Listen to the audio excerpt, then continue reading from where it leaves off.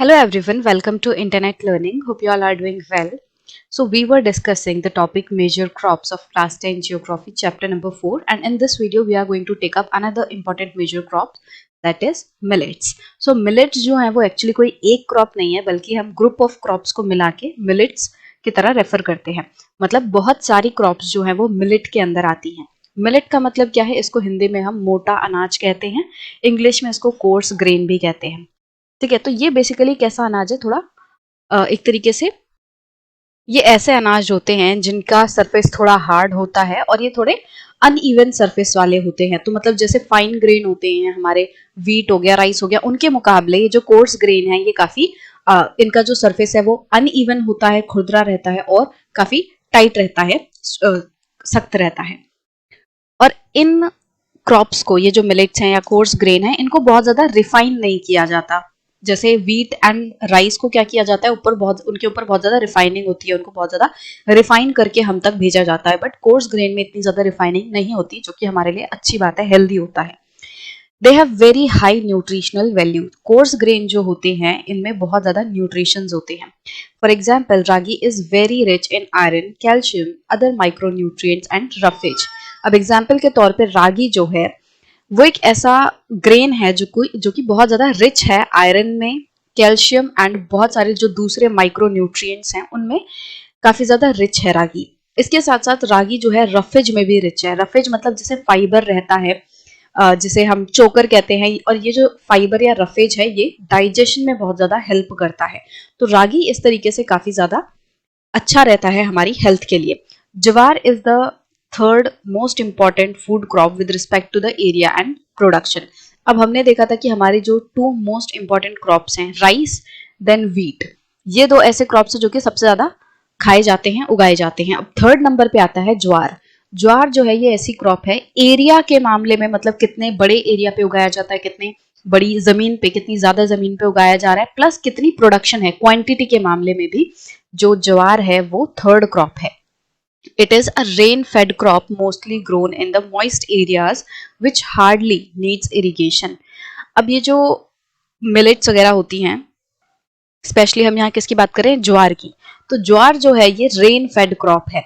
मतलब कि ज्वार ऐसे इलाके में होता है जहां पे बारिश अच्छी होती है और ये इरिगेशन पे बहुत ज्यादा डिपेंड नहीं करता है. हार्डली नीड्स इरिगेशन, बहुत ज्यादा इरिगेशन की इसको जरूरत नहीं होती है. जो बारिश हो रही है उसी से इसका काम चल जाएगा.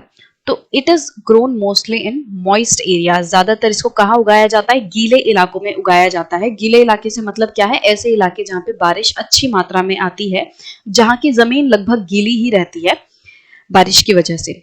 Major jowar producing states are Maharashtra, Karnataka, Andhra Pradesh and Madhya Pradesh. सबसे ज्यादा जो ज्वार प्रोड्यूसिंग स्टेट्स हैं वो कौन कौन सी हैं? महाराष्ट्र है, कर्नाटका, आंध्र प्रदेश एंड मध्य प्रदेश. तो ये ऐसी स्टेट्स है जहां पे ज्वार बहुत बड़ी मात्रा में उगाया जाता है. Now bajra grows well on Sandy soils and shallow black soil. अभी हमने देखा कि ज्वार जो है वो कैसे एरिया में होता है? जहां बारिश अच्छी हो, जहां थोड़ा गीला सा इलाका हो.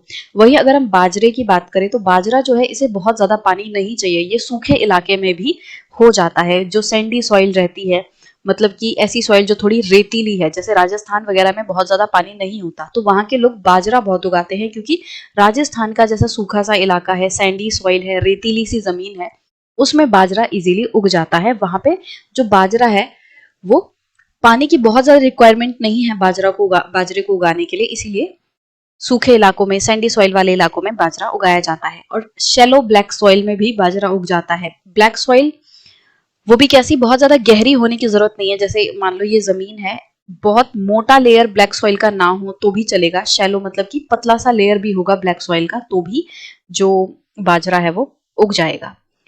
मेजर बाजरा producing states are Rajasthan, Uttar Pradesh, Maharashtra, Gujarat and Haryana. तो ये कुछ ऐसे स्टेट्स हैं जहां पे बाजरा काफी मात्रा में उगाया जाता है.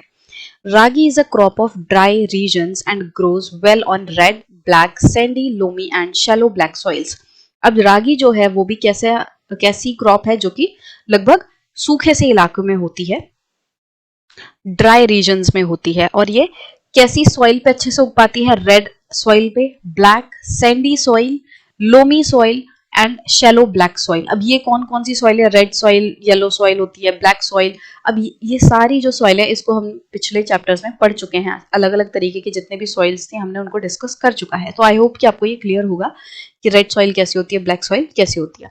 तो red soil, black soil, Sandy, loamy, shallow black soil, तो ये जो कुछ तरीके की सॉइल्स हैं जिन पे रागी अच्छे से उग पाता है। Major ragi producing states are Karnataka, Tamil Nadu, Himachal Pradesh, Uttarakhand, Sikkim, Jharkhand, Arunachal Pradesh. तो ये कुछ स्टेट्स हैं जहाँ पे जो रागी है वो उगाया जाता है।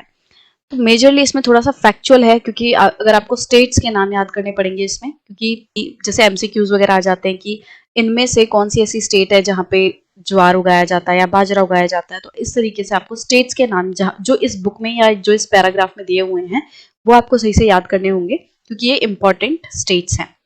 और जो इनका एनवायरनमेंट कैसा चाहिए, ज्वार को उगाने के लिए कैसा एनवायरनमेंट चाहिए, बाजरे को उगाने के लिए कैसा एनवायरनमेंट चाहिए, वो भी आपको ध्यान रखना है। तो ज्वार जो है वो थोड़े गीले इलाके में होता है, रेन वाले इलाके में होता है। बाजरा सूखे इलाके में होता है, लगभग मतलब जो सैंडी सॉइल रहती है वहां पे होता है, और पानी की बहुत ज्यादा जरूरत बाजरे को नहीं होती। इसी तरीके से रागी जो है वो भी ड्राई या सूखे रीजन्स में होता है।